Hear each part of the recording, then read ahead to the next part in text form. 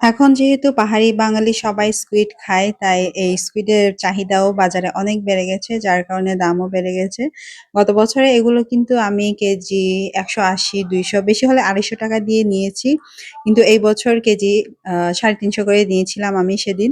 যেহেতু খুব পছন্দের জিনিস তাই দাম বাড়লেও কিনে নিতে হচ্ছে। তো এই তো আমি ফার্স্টে এগুলো বয়েল করে নিয়েছিলাম ৫ মিনিটের মতন।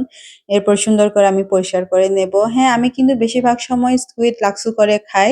কিন্তু আজকে আমি চিন্তা করছি ভুনা, ভুনা টাইপ করে রান্না করব দেশি আলু দিয়ে।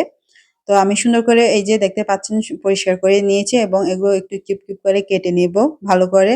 আর এটার সাথে, সাথে আলুগুলোও কিন্তু এই সাইজে করেই কাটবো কিউব করে। যেহেতু ভুনা করে একটু ঝোল শুকিয়ে রান্না করব এইজন্য। আর আমার ঝোল দিয়ে তেমন কেমন জানি ভালো লাগে না এই স্কুইড তরকারিটা। হয় লাক্সও ভালো লাগে, না হয় একটু ভুনা টাইপের খেতে ভালো লাগে আরকি আলু দিয়ে। তো এই তো নরমালি যেরকম যেসব আ মসলাপাতি জিরা গুঁড়া, ধনিয়া গুঁড়া, লবণ, দেন হলুদের গুঁড়া এই তো এগুলোই দিয়েছি আর আদা রসুন দিয়েছি। আর কয়েকটা মরিচ একটু ফালা করে দিয়েছি। হ্যাঁ, মরিচের গুঁড়াও দিয়েছি। এরপর মসলা কষিয়ে সুন্দর করে আমি আলু আর স্কুইড গুলো দিয়ে দিলাম এবং ভালো করে কষিয়ে নেব একটু। তো কষিয়ে নেওয়ার পরে ঝোল বের হচ্ছে আর এই আলুগুলো একটু সিদ্ধ হওয়ার জন্য আমি আরেকটু ঝোল দেব। যাতে ভালো করে সিদ্ধ হয়, রান্নাটা হয়।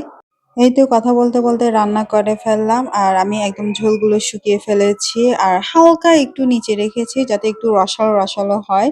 আর এই যে দেখতে পাচ্ছেন একদম তরকারিটা আমার রসালো, রসালো হয়েছে আর খেতেও কিন্তু দারুণ হয়েছিল।